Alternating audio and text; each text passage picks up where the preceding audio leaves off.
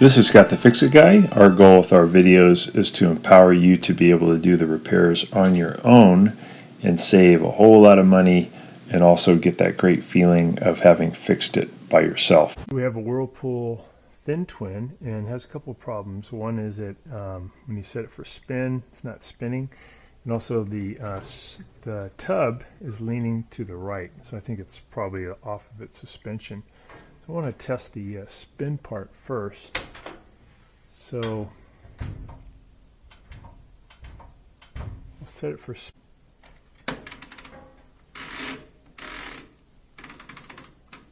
There we go. So nothing on this aspect. Let's go to the other one too. Probably the lid switch.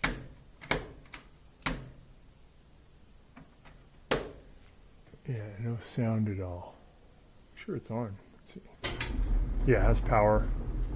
Okay. So when you set it for spin, you can try the different parts of the dial, but if you get no sound, then almost always that's going to be a problem with this thing, the lid switch. We hear it clicking, but I'm not getting any power to it. I'm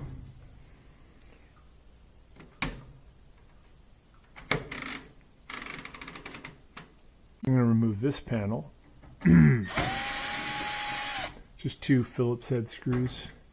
Panel comes right off, and then there's a couple of screws, one right here and one right here, actually little bolts I want to take out, and that's going to let me slide the top off. Let me take a look at that. So to get to those 2 bolts, I'm going to use this angle tool just because it's easier. You could also go in from behind, and I'll zip those out, and then I can get the top off.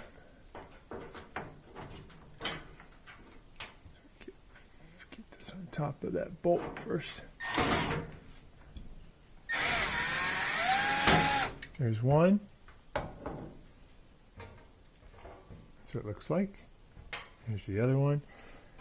These are actually really easy to take out. Kind of hard to put back in because you can't see what's going on. You can feel where it is to get your tool on there. So those are off. I can take this whole thing and move it toward me. Lift up, and then there's a piece here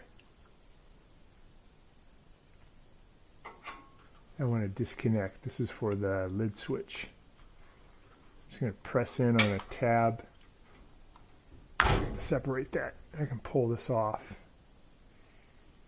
See what's going on with the lid switch. I want to get off this little bolt here and this little bolt here because I want to get this panel off to see what's going on with the suspension.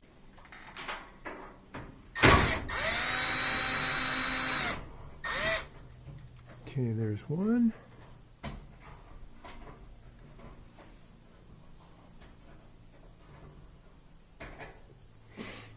Get the other side.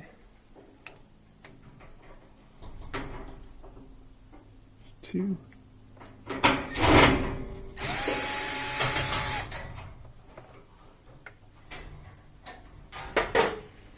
Okay, now I'll lift up to get this off. There's one. There's the other. So those are the little hooks. One there, one there. They fit into a hole there and a hole there. All right, we can get a better feel what's going on. Now we can see probably one of these got knocked off. Usually it's a result of too big of a load. All right.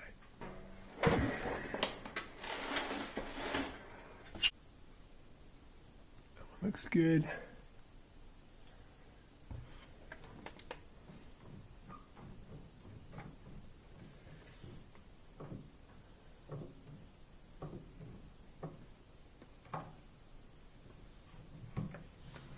They all look pretty good. The suspension spring in the back there, that long spring, is hooked up. That's good. But probably this side is not pushing up hard enough to keep this centered correctly. But all these seem to be okay. They look like they're in position. But this one is just not giving enough upward resistance to help it out. Let's see if we can adjust that. So the problem with the lid switch is one of the wires that just come loose.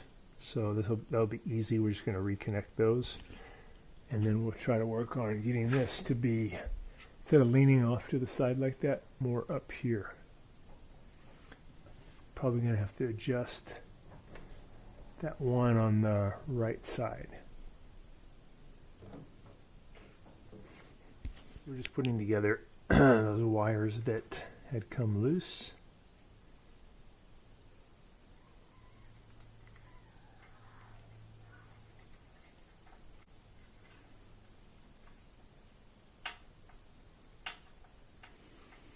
Okay. So we've got these reconnected, and get this out of the way. Down in here. And we're going to go for dealing with the suspension problem. Again, it's leaning a little bit too far to the right. So we got it pretty even now, and it's a temporary fix until we can get a new shock. But a couple of hose clamps, so I leaned it to the left, get the hose clamps in there, tighten them up, and that'll hold it in that upper position. Also realize that this one, the nut underneath has just worn out. This little guy. So I'm going to see if I have one that'll fit to keep that one on. So I'm just getting that nut on there by turning it from these two sides. We got finger tight, and I just use my wrench. This angle iron tool made by DeWalt. Pretty cool. It makes it easy. Get that at Home Depot. Try this side. As in finger tight.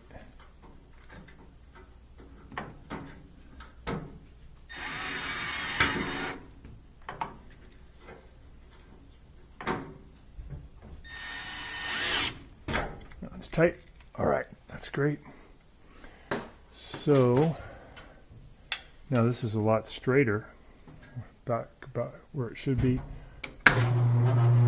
There's spin.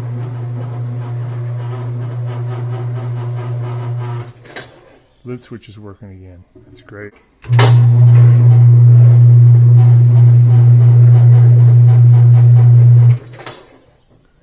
Excellent.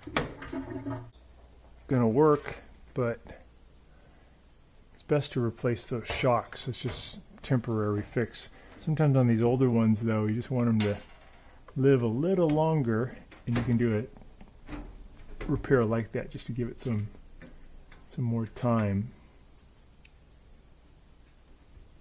These shocks just wear out over time.